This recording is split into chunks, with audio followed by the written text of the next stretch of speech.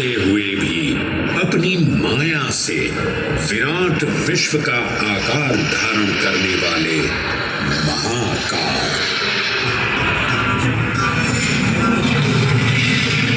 मेरुगिरी को धनुष और भगवान विष्णु को बाण बना दैत्यों के 3 पुरों का नाश करने वाले महाकाल।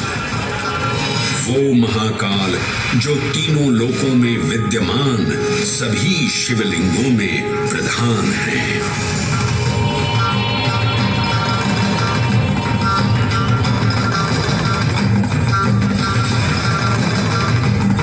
वो महाकाल जिनके त्रिशूल की तीनों नोकों से काम, क्रोध और लोभ पर नियंत्रण होता है, जिनके मस्तिष्क पर चंद्र शीतलता का प्रतीक है और जिनकी सवारी नंदी के 4 चरण सत्य, दया, दान और तप का चिन्ह है।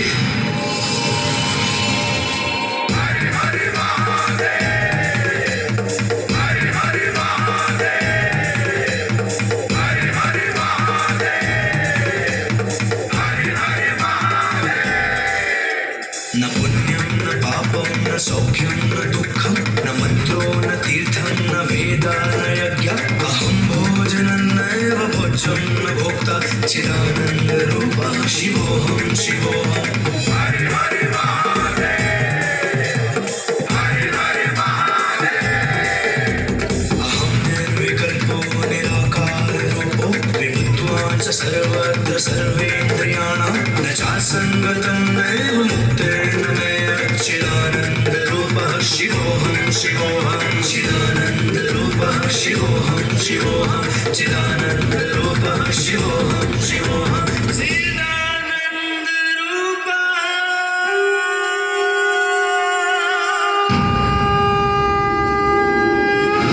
वराह पुराण में कहा गया है, नाभिदेशे महाकालस्तन्नाम्ना तत्र वै हरः, अर्थात नाभिदेश उज्जैन में स्थित भगवान महाकालेश्वर तीनों लोकों में पूजनीय हैं। आकाशे तारकामलिंगम पाताले हाटकेश्वरम मृत्युलोके महाकालम सर्वलिंगम नमोस्तुते। आकाश में तारक लिंग के रूप में, पाताल में हाटकेश्वर के रूप में और मृत्युलोक में महाकाल के रूप में स्थित भगवान शिव को प्रणाम। समस्त लिंग स्वरूपों में विद्यमान भगवान शिव को सादर नमस्कार। नाभिदेश उज्जैन का अटूट बंधन है महाकाल के साथ, जो महाकाल स्तोत्र में उल्लिखित है। उज्जयिन्यां महाकालम महाकालेश्वरम हरम महाकालम महायोगिनम नमामि पार्वती पतिं। तो चलिए मैं आपको कथा सुनाता हूँ इसी महान उज्जैन नगर की। उज्जैन, जिसे संस्कृत साहित्य में अवंतिका, विशाला, कुशस्थली, पद्मावती, कनक श्रृंगा, स्वर्ण श्रृंगा, प्रतिकल्पा, कुमुदवती और अमरावती के नाम से पुकारा गया। उज्जैन, जो मनुष्य को मोक्ष प्रदान करने वाली 7 नगरियों में से एक है। उज्जैन, जहां 84 महादेव का आशीर्वाद प्राप्त है। उज्जैन, जिस पर सदा ही कृपा रहती है महाकाल की। यहाँ सतत क्षिप्रा नदी की निर्मल धारा बहती है। डमरू के नाद से जीवन को ऊर्जा मिलती है। घंटियों की झंकार मन को आनंदित करती है और यहाँ का आकाश शिव आशीष स्वरूप है। श्मशान ऊषर क्षेत्र पीठम तु मनमेव च पंचकत्र न लभ्यते महाकाल पुरद्दते।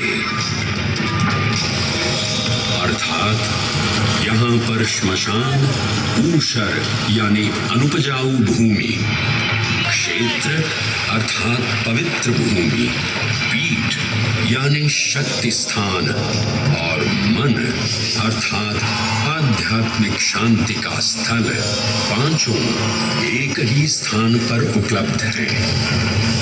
ये संयोग महाकाल की नगरी उज्जैन की महिमा को और गरिमामय बना देता है।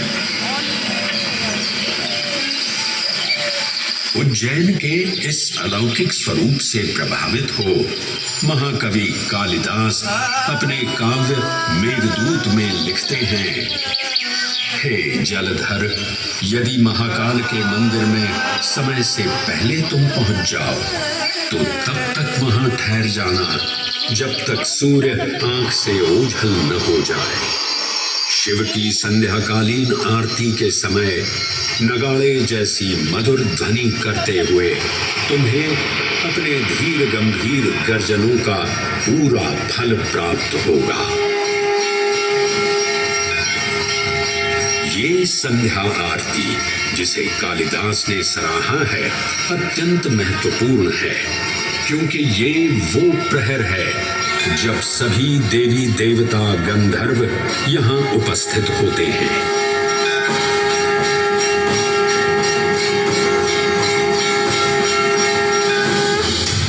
उज्जैन की महिमा अद्वितीय है। सतयुग, त्रेता युग, द्वापर युग और कलयुग, हर युग में इसका अप्रतिम महत्व रहा है। इस काल यात्रा में सबसे पहले आपको सतयुग के उस कालखंड में ले चलता हूं जहां देव और दानव एकत्रित हैं समुद्र मंथन करने के लिए। मन की आंखों से कल्पना कीजिए, भगवान विष्णु ने कुर्म का रूप ले मंदरांचल पर्वत को अपनी पीठ पर उठा रखा है। सागर से विकराल लहरें उठ रही हैं, मेघ भयानक गर्जना कर रहे हैं। देव और दानव वासुकी सर्प को नेति बना और मंदार पर्वत को मथनी बना सागर को मथ रहे हैं कि तभी जल का पाप कालकूट विष निकलता है और पूरी सृष्टि को अपने ताप से झुलसाने लगता है। इस भयावह स्थिति ने देवताओं और असुरों के बीच हाहाकार मचा दिया। ये कैसा अनर्थ है? लक्ष्य था अमृतत्व का, पर अब मृत्यु की विकराल छवि हमारी आंखों के समक्ष मंडरा रही है। इस भयंकर संकट से केवल वही उद्धारकर्ता मुक्ति दिला सकते हैं जो समस्त विश्व के परम संरक्षक हैं।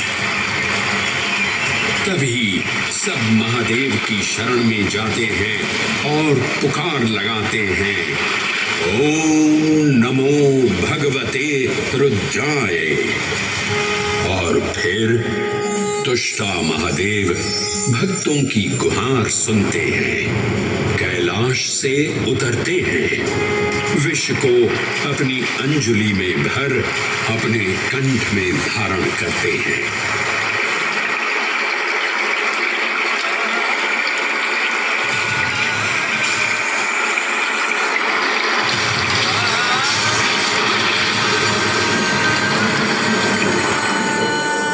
अंततो गत्वा सागर मंथन से अमृत कलश प्रकट होता है।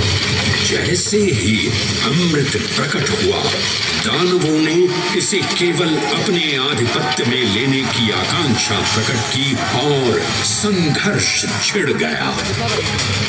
आज यदि हम इस अमृत को प्राप्त कर सकें तो हम देवताओं पर हमेशा के लिए प्रभुत्व स्थापित कर पाएंगे। अमृत अपात्र हाथों में ना जा पाए, क्योंकि ये अपनी शक्ति का असीम दुरुपयोग करेंगे। इस अराजकता के परिणाम स्वरूप अमृत की कुछ बूंदें छलकी और पृथ्वी तक पहुंच गई। 4 स्थलों पर स्पर्श हुआ इन बूंदों का। हरिद्वार, प्रयागराज, नासिक और उज्जैन। अमृत की इन्हीं बूंदों के कारण उज्जैन में हर 12 वर्ष पर कुंभ सिंहस्थ मेले का आयोजन होता है। भगवान शिव की लीला देखिए।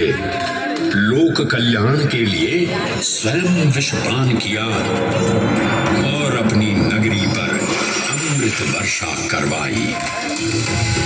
अमृत की पावन बूंदों से अभिसिंचित ये दिव्य उज्जैन भूमि रामायण के पृष्ठों में भी सम्मिलित हुई।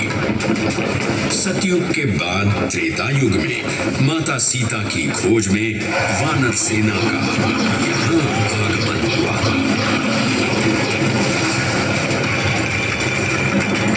समय की इस यात्रा के माध्यम से अब प्रवेश करते हैं वाल्मीकि रामायण के किष्किंधा कांड में।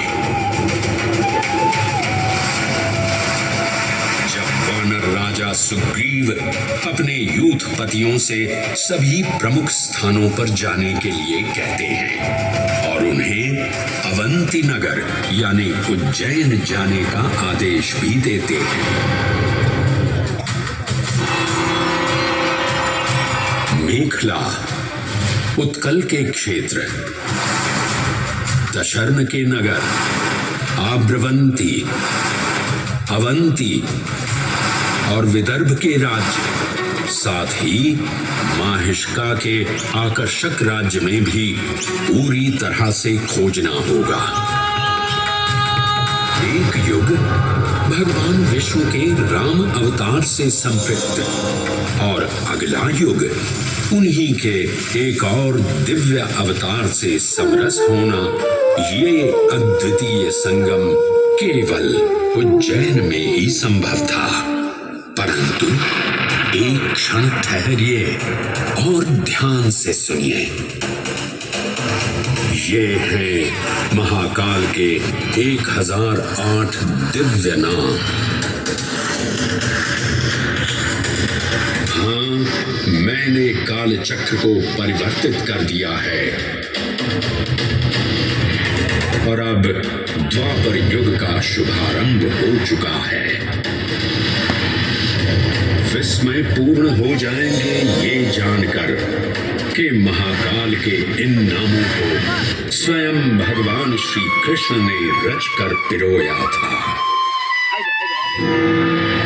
महाकाल सहस्रनामावली की ये अद्भुत रचना उस समय की है जब योगेश्वर कृष्ण, उनके मित्र सुदामा और शेषावतार बलराम ने अवंती नगरी में स्थित सांदीपनी ऋषि के आश्रम में वेद, वेदांत दर्शन और शस्त्र विद्या की शिक्षा ग्रहण की थी। कहते हैं कि भगवान श्री कृष्ण को अवंती ने ऐसा मंत्रमुग्ध कर दिया कि यहाँ 64 दिनों तक रुककर उन्होंने 64 विद्याएं और 14 कलाओं का ज्ञान लिया। उज्जैन का संबंध महाभारत से भी जुड़ा हुआ है। इस महान महाकाव्य के वन पर्व में उल्लेख किया गया है कि महाकालेश्वर मंदिर में स्थित कोटि तीर्थ जल का स्पर्श मात्र करने से अश्वमेध यज्ञ के समान फल प्राप्त होता था। और फिर परिवर्तन की इस अनवरत धारा ने एक नई कहानी लिखी। उज्जैन में उदय हुआ मौर्य वंश का। सम्राट बिंदुसार ने अपने पुत्र अशोक को उज्जैन का राज्यपाल बनाया और समय के साथ अशोक के शासनकाल में धर्म का विस्तार हुआ। मौर्य वंश के पश्चात विभिन्न राजवंशों, सम्राटों और नरेशों ने उज्जैन की सेवा की। उनमें से प्रमुख मालवागण और फिर गुप्त वंश ने यहाँ राज कर इसके वैभव में वृद्धि की। उज्जैन ने अपने भव्य तेज से जहां महात्माओं और शासकों को आकर्षित किया, वहीं इस नगर पर आतताइयों की दृष्टि भी पड़ी।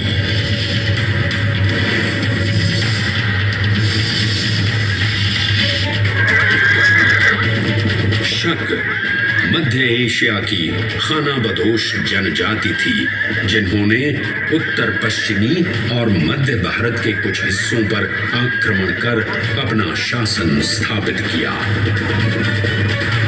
ईसा पूर्व प्रथम शताब्दी में जब भारत शकों के अत्याचार से त्रस्त था, तब उन शकों ने उज्जैन पर भी कब्जा कर लिया और फिर उज्जैन में उदय हुआ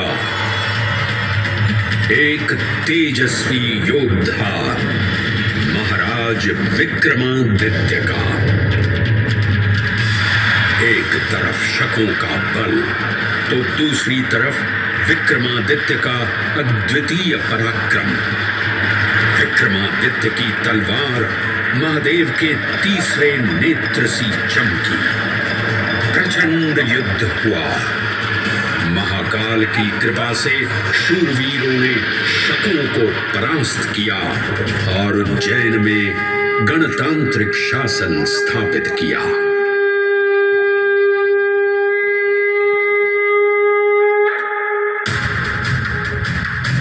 इन्हीं महाबली विक्रमादित्य की राज्यसभा महाकाल मंदिर में ही प्रतिष्ठापित थी। आज भी इस मंदिर की घंटियों में विक्रमादित्य की वीरता और शौर्य की प्रतिध्वनि गुंजायमान होती है। राजा विक्रमादित्य और शकों के मध्य हुए युद्ध ने उज्जैन को कालचक्र से अभिन्न रूप से जोड़ दिया, क्योंकि जिस दिन उनको विजय प्राप्त हुई, उस गौरवशाली उपलब्धि के सम्मान में एक नवीन पंचांग का शुभारंभ किया गया, विक्रम संवत पंचांग। आज भी कई हिंदू पर्व और धार्मिक अनुष्ठान विक्रम संवत पर आधारित हैं।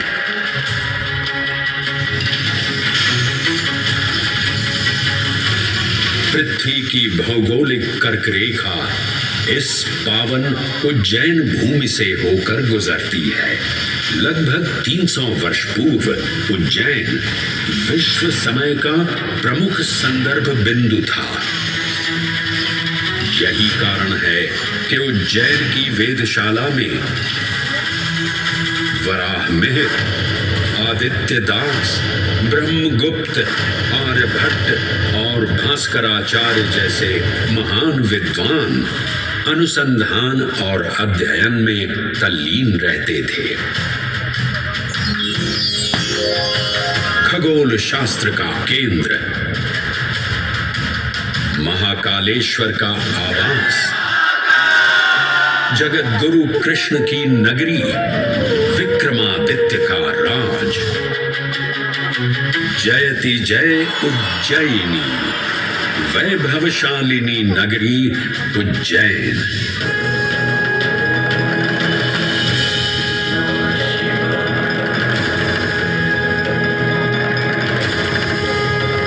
श्वासों को शिव मंत्र से अलंकृत कर मन को भाव की गंगा से निर्मल कर जो भी उज्जैन में महादेव की शरण लेता है उसका कल्याण होना निश्चित है। आज सुनी सबने गाथा महाकाल की, दर्शन जिनके दुर्लभ हैं, नमन करे जिन्हें काल भी, चरण में जिनके है बसा।